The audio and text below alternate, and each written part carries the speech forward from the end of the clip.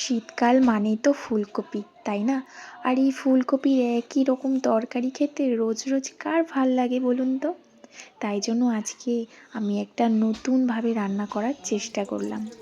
তো দেখে নাও আমি আজকে এই রেসিপিটা কীভাবে রান্না করলাম। তো আজকে এই রেসিপিটি রান্না করার জন্য প্রথমেই দেখো আমি ফুলকপিটাকে ভালো মতো করে জলে সেদ্ধ করে নিচ্ছি। আর আমার কাছে একটু মাছ বেঁচেছিল, তো সেই মাছটাও কিন্তু আমি এর মধ্যে দিয়ে দিলাম। ফুলকপিটাকে ভালো মতো করে সেদ্ধ করার পরে এটাকে জল থেকে ছেঁকে কিন্তু আমি তুলে নিচ্ছি। এই দেখো, এইবার এই গরম অবস্থাতেই কিন্তু এই ফুলকপিটাকে ভালো মতো করে কিন্তু ছাড়িয়ে নিতে হবে।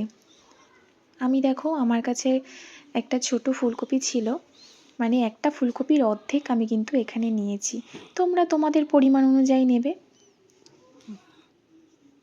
এইভাবে কিন্তু আস্তে আস্তে করে আমি গরম অবস্থাতে এটাকে ছাড়িয়ে নেব।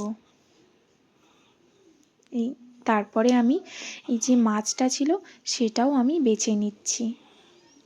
মাছটা বাছার সময় কিন্তু খুব মনোযোগ সহকারে বেছে নেবে, কারণ এটা যদি কোনো বাচ্চারা খায় তো সেক্ষেত্রে কিন্তু মাছটাকে ভালো মতো করে বেছে নিতে হবে, তাই না? এই দেখো আমার বাছা হয়ে গেছে। তারপরে আমি এগুলো মিক্সির মধ্যে দিয়ে এইগুলোকে একসাথে পেস্ট করে নেব, সাথে এই মাছটাও নিয়ে নিচ্ছি। তারপর কিন্তু আমি কয়েক টুকরো কাঁচা লঙ্কা দিয়ে দিচ্ছি, কয়েক টুকরো না, কয়েকটা কাঁচা লঙ্কা দিয়ে দিচ্ছি। এই দেখো পেস্ট করা হয়ে গেছে।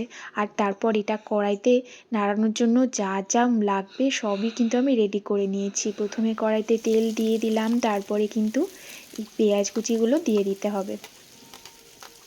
পেঁয়াজ কুচিগুলোকে খুব ভালো মতো করে লাল লাল করে ভেজে নিতে হবে। তো আমার একটু ভুল হয়ে গেছে, এই পেঁয়াজের সাথে কিন্তু রসুনের কুচিটা দিয়ে দেওয়া দরকার ছিল, কিন্তু আমি ভুলে গেছিলাম, পরেই দিয়ে দিচ্ছি। তবে হ্যাঁ, যদি তোমরা রসুন না দিতে চাও না দিতে পারো, কোনো অসুবিধা নেই, তাতেও কিন্তু খেতে বেশ ভালো লাগে। ব্যাস, তারপরে কিন্তু খুব ভালো মতো করে নাড়িয়ে এটাকে কষিয়ে নিতে হবে। তারপর লবণ হলুদ দিয়ে দিতে হবে। তারপর আবার এটাকে কষিয়ে নিতে হবে খুব ভালো করে। ব্যাস, তারপর আমি আর একটু চিনি দিয়ে দিলাম এর মধ্যে। তারপর আবার একটু কষিয়ে নিচ্ছি। এরপর কিন্তু সেই যে পেস্ট করে রাখা মাছ আর ফুলকপি সেটা কিন্তু আমি এর মধ্যে দিয়ে দিচ্ছি।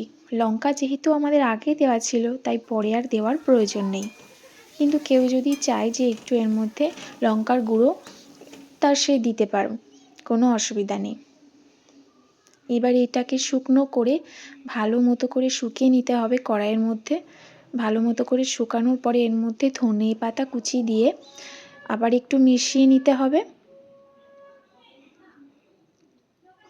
তারপর এটা শুকনো শুকনো করেই কিন্তু নামিয়ে ফেলতে হবে। ব্যাস, এই দেখো আমাদের এটা রেডি হয়ে গেছে।